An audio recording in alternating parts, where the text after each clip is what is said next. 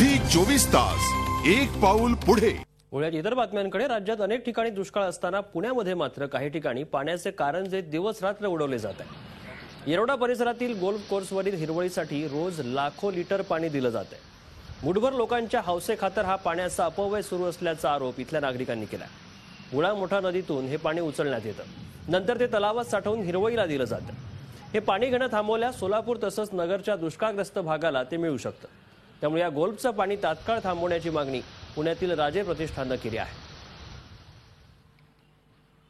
संपूर्ण जनतेला हे कळू द्यात की पाण्याचा हा कसा नासधूस इथं सुरू आहे आणि दुष्काळामध्ये होरपाळलेल्या महाराष्ट्रासाठी हे पाणी वाचवलं तर शेवटच्या जनावरांपर्यंत, पक्ष्यापर्यंत, माणसापर्यंत हे पाणी शेतकऱ्यापर्यंत जावं ही आमच्या सर्व कार्यकर्त्यांची मनापासून अपेक्षा आहे। आणि जे पुणे महानगरपालिकेने विकास आराखड्याच्या अंतर्गत संपूर्ण आरक्षणे वगळून टाकलीत, ती आरक्षण आहेत हॉस्पिटलची, क्रीडांगणांची, लहान मुलांच्या खेळाच्या मैदानाची, महाविद्यालयांची, ही सगळी आरक्षणं या ठिकाणी पूर्ववत करावेत यासाठी आम्ही बेमुदत धरणे आंदोलन आजपासून सुरू केलेले आहे। झी 24 तास एक पाऊल पुढे।